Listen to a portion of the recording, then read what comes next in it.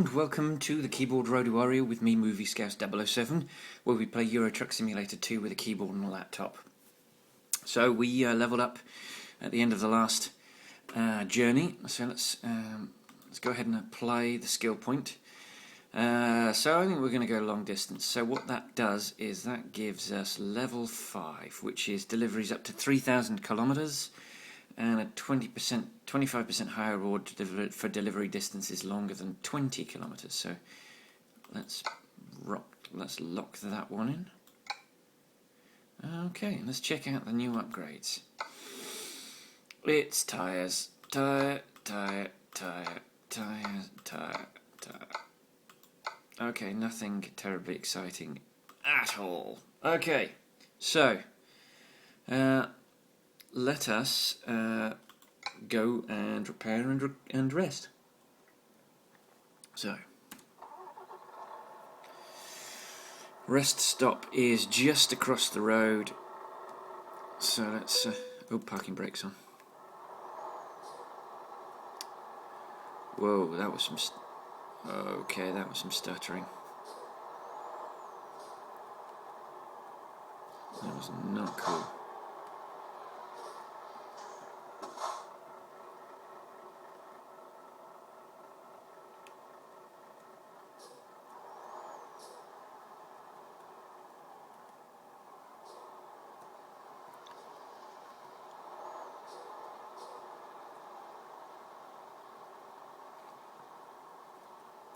Okay, this is not funny.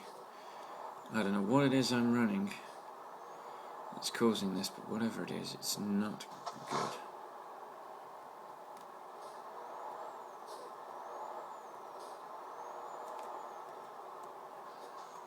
Okay. Ooh, actually, you know what we've got to do? Got to buy a garage. That's what we've got to do. Got to buy a garage. Alrighty. So we're in Munich. Munich means man. We got 255,000. So let's go to the dealership and let's find the cheapest man that we can afford, which is in Munchen. So 78,000. Let's. I'm guessing that you won't be able to take that one down. I'm imagining that's as cheap as you can get. Oh, so let's. 78,000 isn't bad. So let's. I'll tell you what though. I don't like that yellow. Do they got anything else? Oh no, I don't want to spend more on it.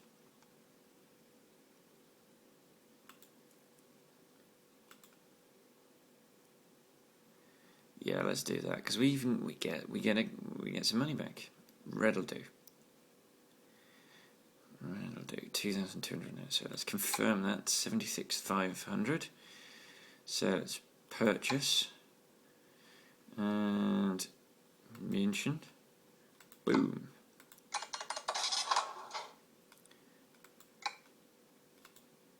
And let's purchase and Munchen. Boom. And we'll do the third one.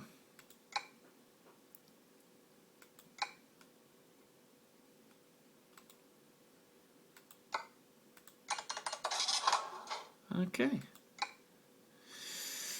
Let's go to the recruitment agency and put some drivers in our 3 new lorries. So, you know my modus operandi.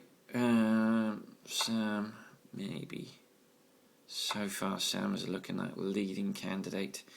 We are scraping the bottom of the barrel on the old on the driver's front in terms of their skills and their abilities and their rating.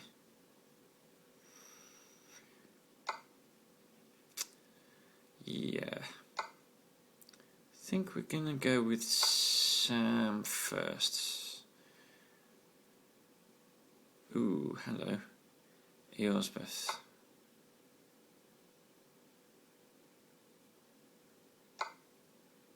And it's getting slightly better. Yeah, let's hire him. Let's stick him in Munchen. And where's Ralph?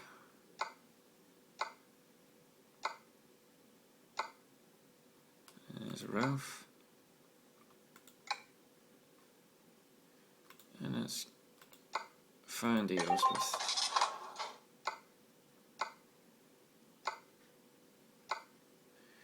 Where's Elspeth? And boom. And that is Munchen, currently fully staffed. And it's got man truck. So we've got £25,000 left. We've got no damage. That can't be right. Oh, did we have to repair the truck? I think we might have had to repair the truck before we delivered our load. Alright, in which case, if we've got no damage, we can rest here.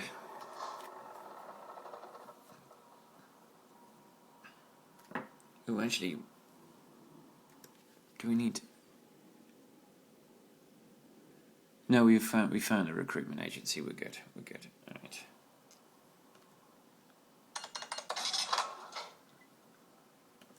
And one more. 9 o'clock in the evening. Ah, right. We're back up to 189,000. I know this is slightly boring for you, but I am going to go to the truck dealer and I'm going to put some Mercedes trucks in Stuttgart. 78,000. Let's customize that. Don't think we'll be able to get anything back. No, I didn't think so.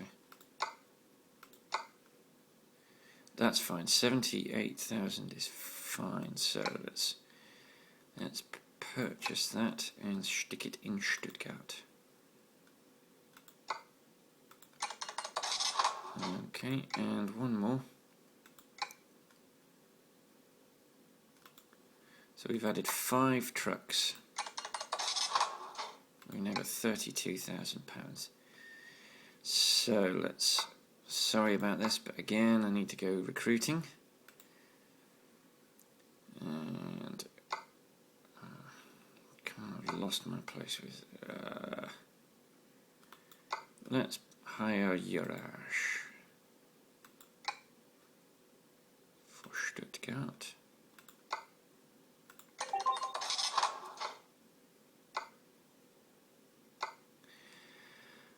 And who else do we want? We're kind of running out of 3s. We had a 3 there with Monica. And yeah, we're scraping the bottom of the barrel there.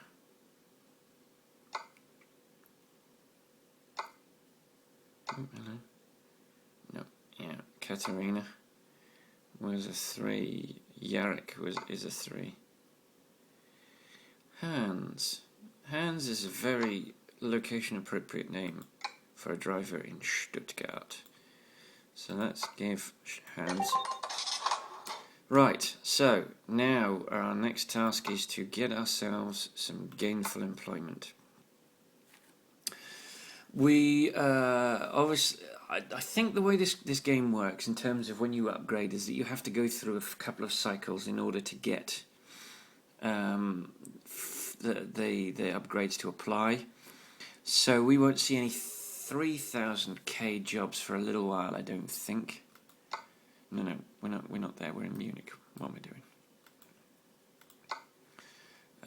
We can go to Birmingham, but we've been to Birmingham. Duisburg. We haven't been to Duisburg. We've been to Ostrava. We've been to Malmo. We've been to Osnabrück. Wroclaw's not very far. Hamburg we've been to, and Dortmund we've been to. So let's go to Duisburg in Germany. Let's drag some contaminated material. That should be fun. It's only £27,000. We're not really getting a great deal of money for our... Oh, that's fine. So, let me get my screenshot. There's been 10 minutes of upgrading and not a lot of driving so far, but don't worry, that will change in a moment. Alrighty. So, I'm going to go drive around my new garage. Oh, it's raining. That's fun.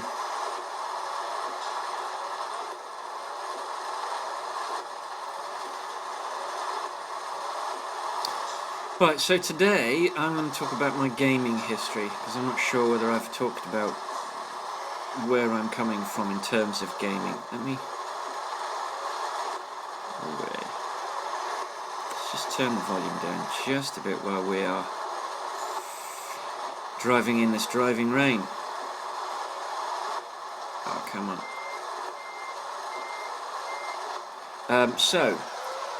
I came very late to the gaming party. I am in my mid-40s, and gaming really wasn't a thing. In fact, the first computer I ever saw was a giant server thing called a research machines, which was at school. It used 5 1/4 inch floppies, which if you've ever for saving stuff, which if you've ever seen, are hilarious. Massive things that hold a pitiful amount of data. Okay, this is back where we came from.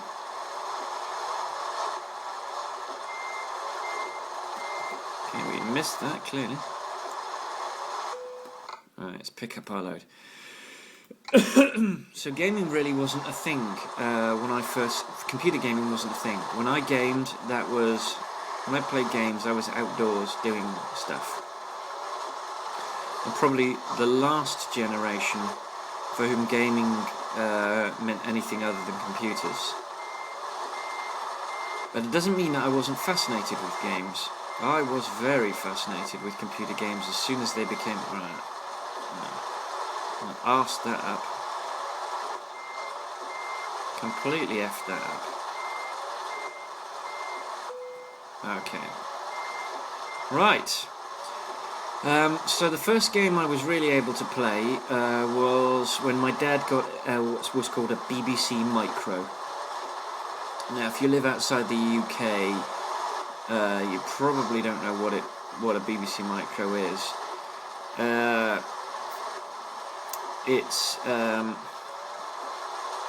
a hilariously large lump that didn't do a great deal. Essentially, my dad needed it for when he started doing his adult education. Basically, my dad had been in the RAF for 27 years. He'd applied to become an officer. They weren't recruiting many officers at that stage, and he kind of missed the boat a little bit. So they were very wonderful in that they offered him a chance to improve himself on their dollar, on their pound, as it were. They gave him the chance to. He was very much like me in that he could. His attention wasn't particularly focused, and he didn't do very well as well as his intelligence would indicate he should, for very different reasons. So he redid all of his education. He did his A-levels, and he did his... he did... Whoa, you're kidding me. Already we fucked the load. That's wonderful. I think I need to be careful with this load on high speed. I think this is one of these unstable loads. We've learnt our lesson. That's fine. We learned it early. It was very costly. It's a lesson, given that this is our 66th journey, that I should have probably learned quite a while ago, but I keep forgetting. Anything cylindrical is going to be unstable, particularly the short loads. You can see that it's the load itself doesn't take up a significant chunk of the trailer. So he needed a computer at home that he could use to do do the written parts of his education, and to be able to submit them by to be able to sort of edit them, because he didn't have a typewriter and he wanted my dad is a bit like me in that he wants gadgets, and sometimes the need for gadgets outweighs the practicality of having them. But it turned out to be a really good thing. I mean, he kept that BBC Micro for quite a while, and it was really useful. But in terms of gaming, it had virtually nothing. I think it came with Lemmings, and that was it. So I played Lemmings when I was allowed to, but I wasn't allowed to play the computer very often, because it was obviously meant for Dad to do his education.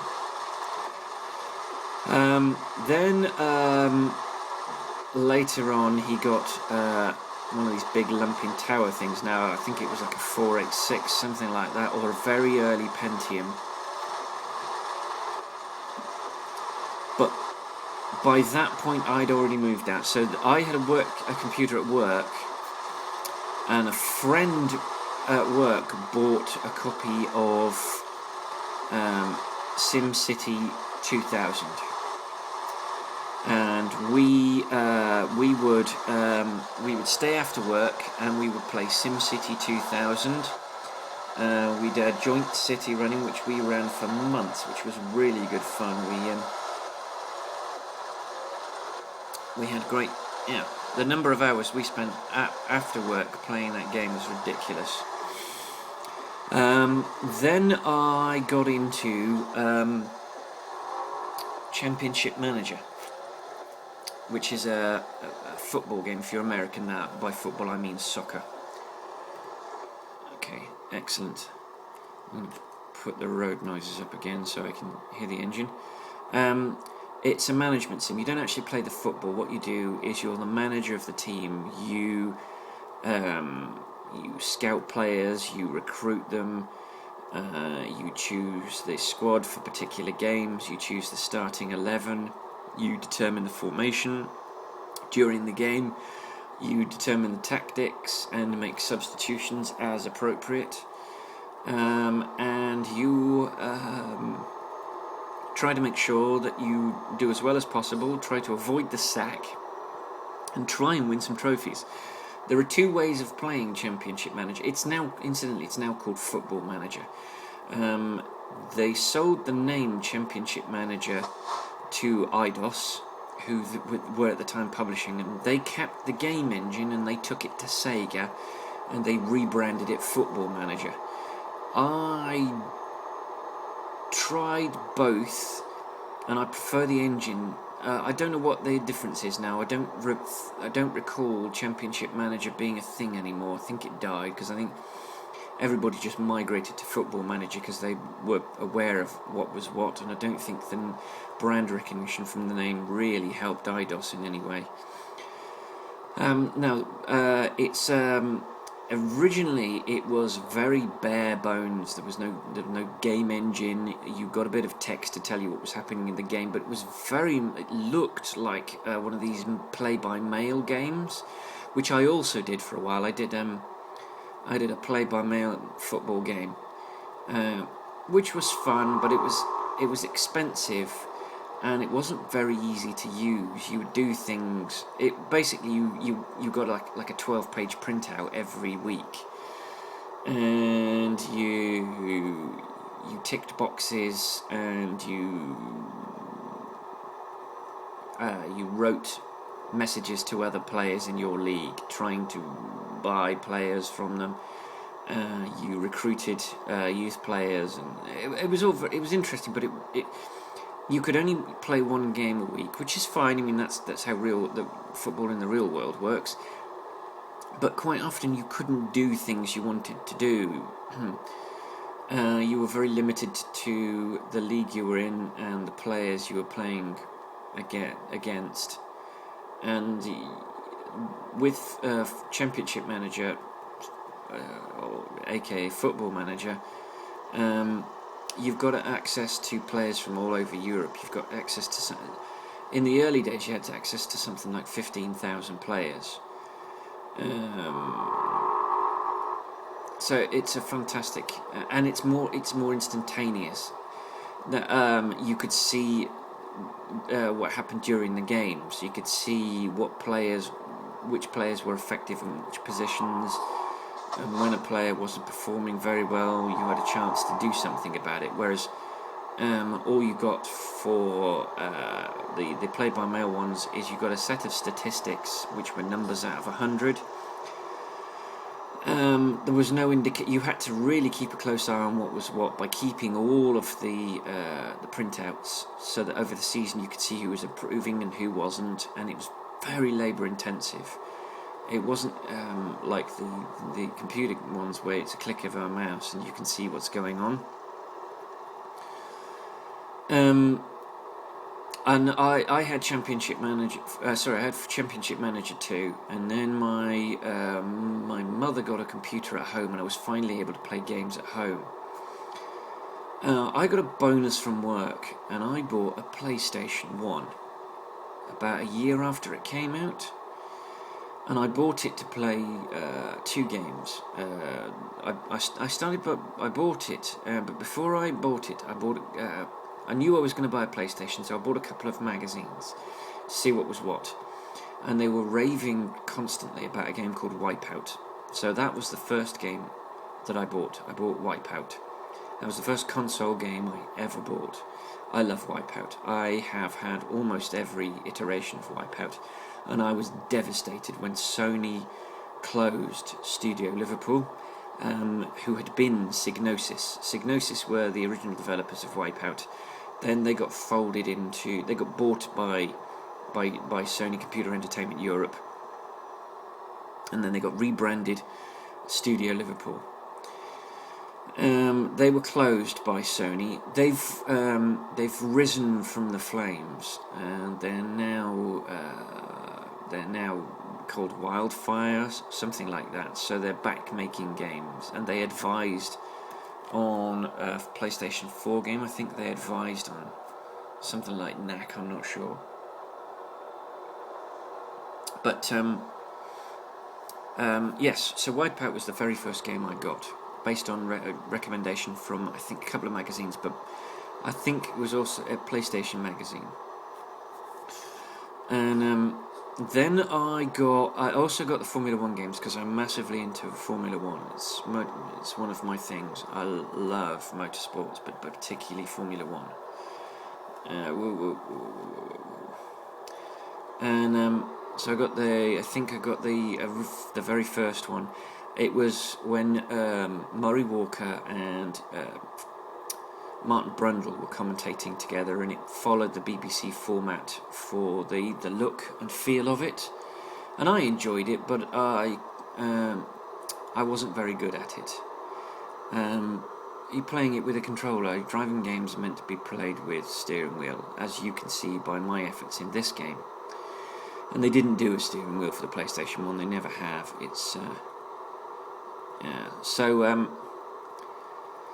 I hadn't owned that copy of SimCity 2000. That was a friend's copy. So when I got my PlayStation, I bought the PlayStation version of SimCity 2000, and I got the mouse to play the game with. It wasn't nearly as good as the PC version. It couldn't possibly be, but it was enough to keep me satisfied for the time being. So I got that. I played. I discovered a game through the PlayStation magazine. It had taped a CD-ROM to the front cover, which had demos on it every month, which made it very expensive. It was £6 in 1987, 88, something like that, which is very expensive. But it meant that £6 meant that I wasn't spending £25 on a game that I didn't like. And I discovered V-Rally. I discovered Adidas Power Soccer, and I discovered ESPN Extreme Games, and I loved those games. They were very entertaining. I had Tomb Raider 2. For some reason I missed Tomb Raider 1, but I got Tomb Raider 2. I remember, vividly remember the training mission where you've got the butler wandering around farting everywhere. But that was very difficult. I didn't get on with Tomb Raider 2, and I almost didn't get the Tomb Raider reboot last year because I hadn't enjoyed it. I don't know what it was. I've been back and I'm much better at it now, but I think it might have just been because I hadn't been playing games and I didn't have that sort of muscle memory. I'm still crap at beat-em-ups. I really wanted to love Sleeping Dogs, and I'm thoroughly enjoying it, but a huge chunk of that game is a beat-em-up, and I am awful at beat-em-ups. I have the same issue with the Batman games, Arkham Asylum and Arkham City. The chunks where you're beating up people, I'm crap at, and it really inhibits my progress in the game. So there's that. Which is unfortunate. So that was, I got a couple of other things. I think I got Soviet Strike. I got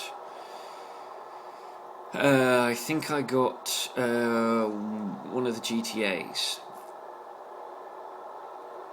and I played that for. I had that for probably 3 years, and then I got myself a laptop which was good enough to play games on, and that was it. I became a PC gamer for quite a while. In fact, I skipped past the whole PS2 era. I played a lot of strategy games like Cossacks. I played oh crikey, I'm forgetting my back catalogue. I had a brief go at Command and Conquer. I didn't enjoy that much. One of the Space Marines games that was a 3D isometric, but I was crap at that. I played Civilization 4. I played the first two. I think the first two Grand Theft Auto games I had for PC. No, sorry, I missed one. I had 2 and the 1960s add-on for 2. Obviously, because I missed PS2, I completely missed GTA 3. So my first taste of GTA 3 was Liberty City Stories on my PSP. Not very much fun. You need a controller. The lack of dual sticks just is it makes the game impossible to play. So I played a lot of war games: Battlefield 1942, Battlefield 1943, the Battlefront versions of Star Wars. I played Hidden and Dangerous 1 and 2, which I really enjoyed. They're properly atmospheric games, really quite, amazing. And I played that with a friend, very, very close friend, one of my best friends in the world, a wonderful bloke. And I would go. He had a much better computer than me, so I would go around his place Friday night, and we would game till like 2-3 in the morning. And then I would kip over in his spare room, and we would play again in the morning. And then I'd go home and do my own thing. And that was fantastic. We did that for about a year. That was like a ritual for a year. It was great fun. I made very good friends. I made a very good friend out of that. We played all sorts. We played predominantly war games. Then I got a laptop, which was slightly better than his desktop computer, just in time for the very first Medal of Honor. And there was a demo level, which we played over and over and over again. And then he upgraded his computer and bought Medal of Honor, and we played that relentlessly. I can never forget. In the demo level, you would get all the way through, and at one point you'd have to attack a tank, and you would have to steal a Panzerschreck in order to destroy the tank, and there'd be a big ugly sergeant would be screaming at you, "Use your Panzerschreck! Use your Panzerschreck!" It makes me giggle just to think about it. Yes. So then he got the very first Call of Duty, which was awesome. It was half the dev team from Medal of Honor formed their own company, and they went off and made Call of Duty. And then we played the update for that, Call of Duty 2. Yeah, we played. Then we started playing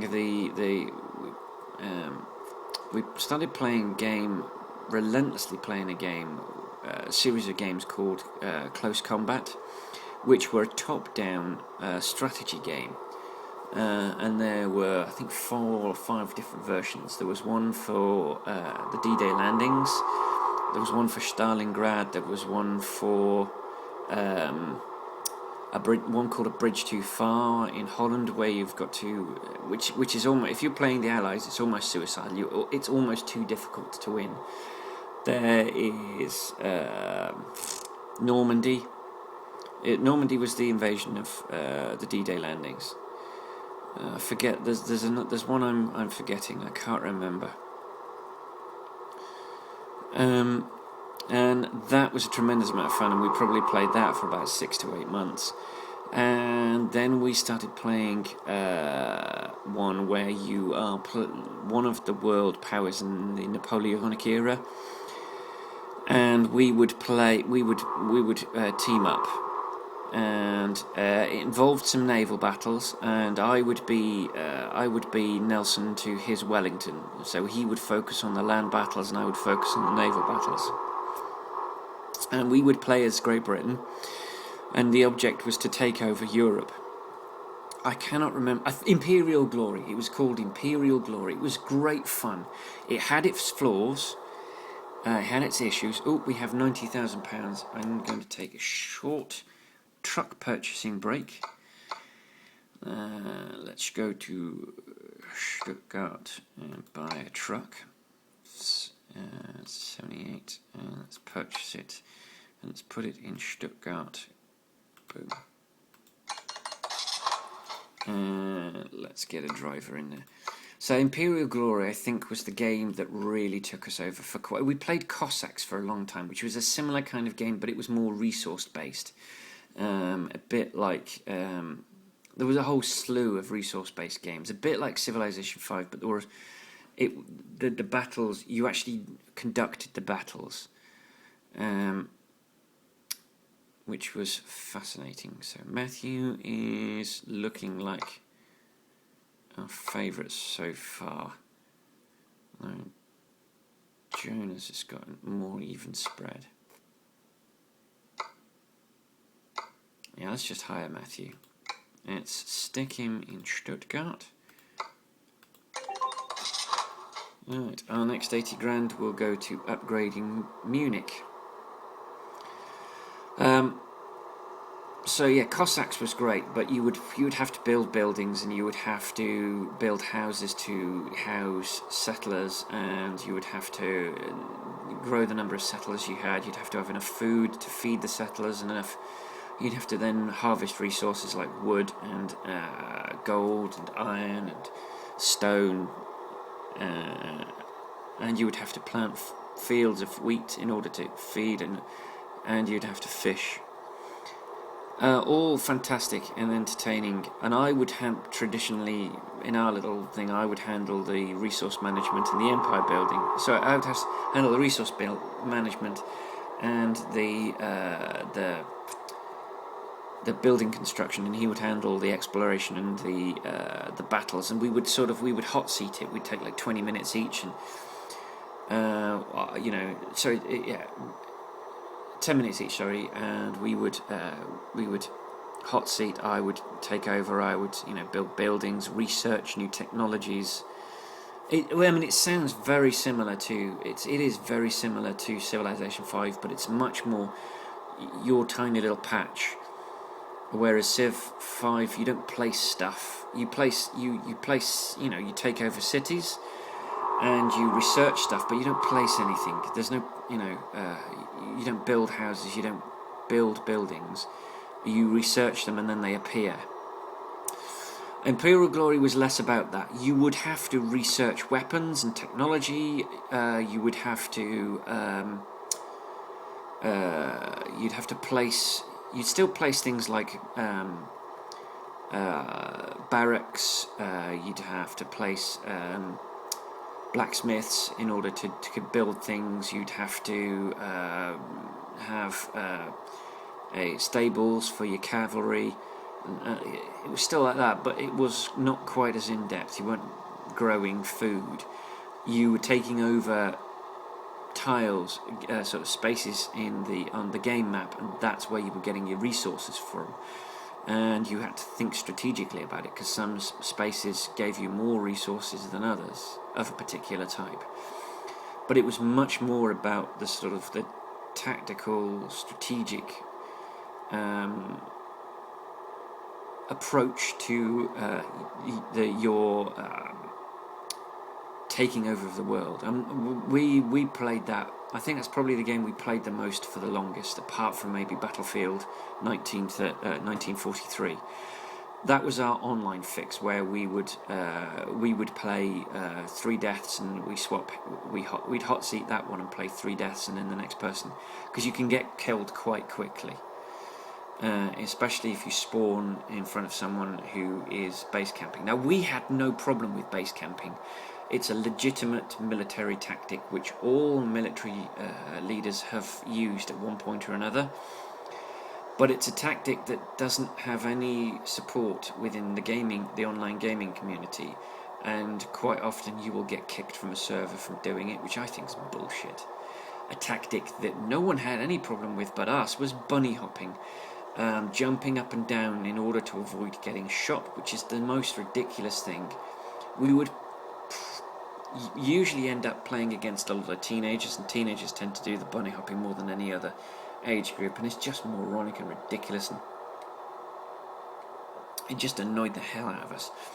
So we periodically we would type in our message box, base campers of the world unite, death to bunny hoppers, and that's what we would do. We would shoot bunny hoppers even if they were on our own team, because it was so bloody moronic. It really pisses me off watching people leap up and down across a... Anyway, so those were our games, and then I moved away. That was when I was living in Bristol, and I moved away from Bristol to Reading with my wife.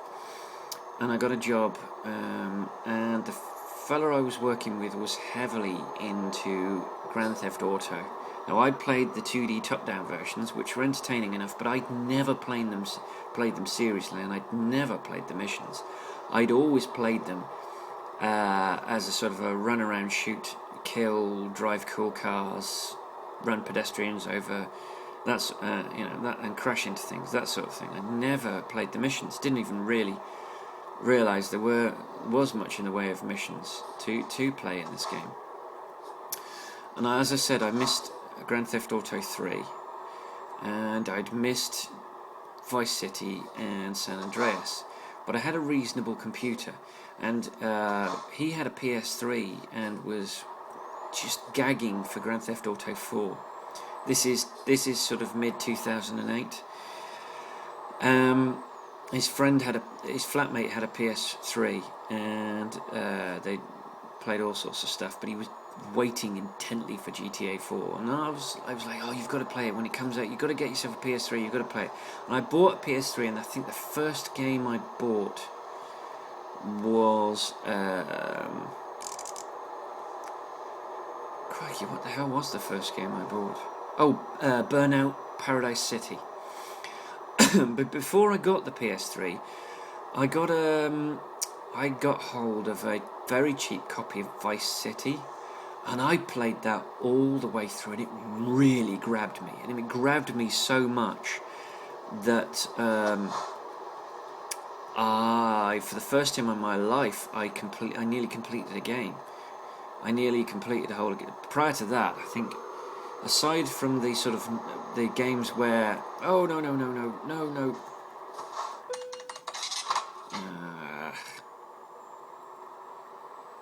Aside from the games where I was playing with my friend and we would just play them every weekend, I think I just used to flit like a butterfly from game to game. So I'd buy a game, I'd play it for a little while, and then it'd be like a magpie. Ooh, shiny, shiny, new game. And that would be it. See, look how quickly the money is rolling in. I went down to 8,000 after I bought that Mercedes for Stuttgart, and I'm up to 29 again.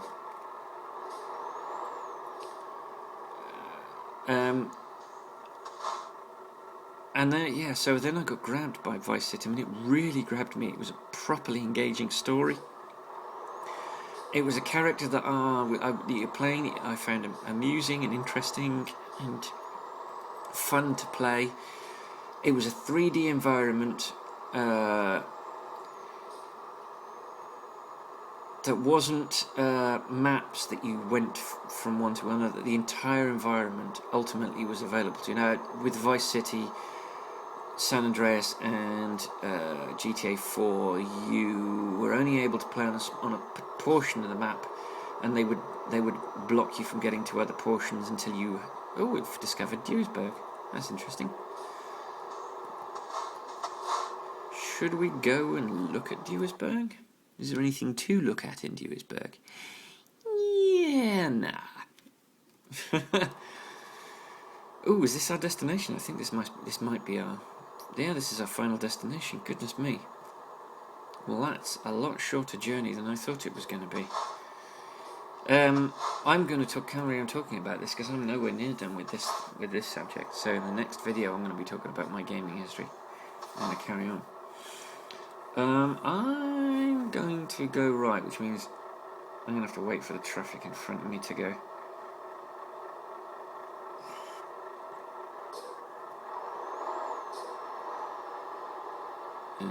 Let's get across the line so that when the lights change, I don't get caught. There we go. I'm going to do the figure of 8. So that I've discovered Duisburg, so I can up my percentage of map discovered. So yes, where was I? What was I talking about? Yeah, so with things like Battlefield 1942, with Call of Duty, Medal of Honor, I mean, they're large worlds, but the trouble is you only have access to a portion of them at any one time. With Vice City, as I think the bridges were down because of a tornado at the very beginning of the game, and then you reach a certain mission, you complete a certain mission, and then the bridges are fixed, and you're able to traverse them. So there were 2 islands in Vice City that you were able to drive around and run around, and you would go from mission to mission. It was just after the game came out, just after 9/11. The attack on the World Trade Centers, which the Americans keep calling 9/11, because apparently the rest of the world... This is the daft thing, they're probably one of the few countries in the world that put the month before the date, but because American culture is so bloody ubiquitous, everybody knows when Americans are talking about 9/11, or in fact when anyone's talking about 9/11, they're talking about the 11th of September 2001. Well, anyway, they had planes and everything in there, but they clipped the wings on the planes. Actually, no. They had a short plane. Which was difficult to control because it was a small island and it would be pointless. It was San Andreas they clipped the wings for. So yeah, that was tremendous. That was a tremendous amount of fun, and I thoroughly enjoyed that. And then as soon as I'd finished that, I went straight out and got San Andreas. But because I'd had such a difficult time playing this game with my keyboard, I actually went out and got an Xbox controller to play the game with. Actually, where's the entrance to this? Have I zipped past the entrance? I have, I've got to go around to do it again. Oh, that's fun. Yeah, so I got a cable, a wired Xbox controller so that I could play this game. And I had great fun doing it. Oh no. No, no, no, no, no, no. I've gone the wrong way.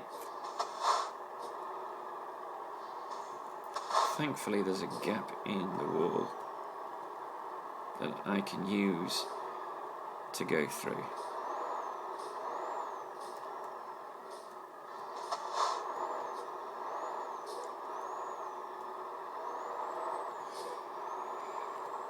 I've done all the roads, I'm fine. So yes, I bought a wired controller which made it much more easy to play the game.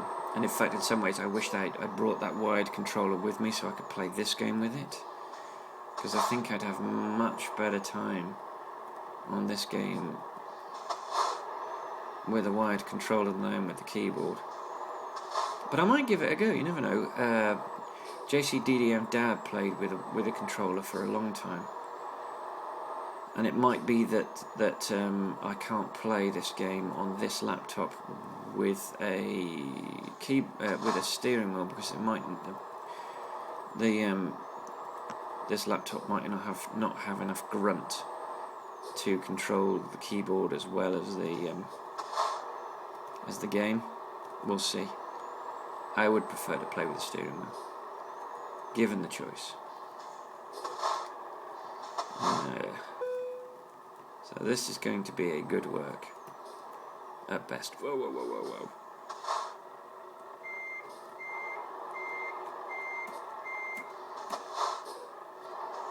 Let's straighten up and fly right.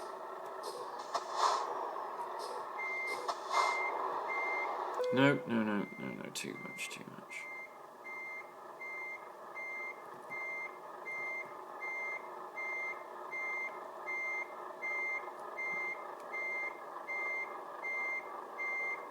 Oh, let's straighten the other way.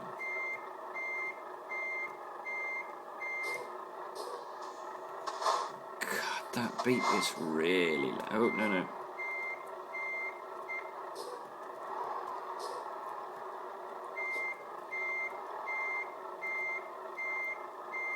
This is going to be a multiple effort. Yeah, I'm crunching into another load. Right, hopefully I should be able to get this one in straight.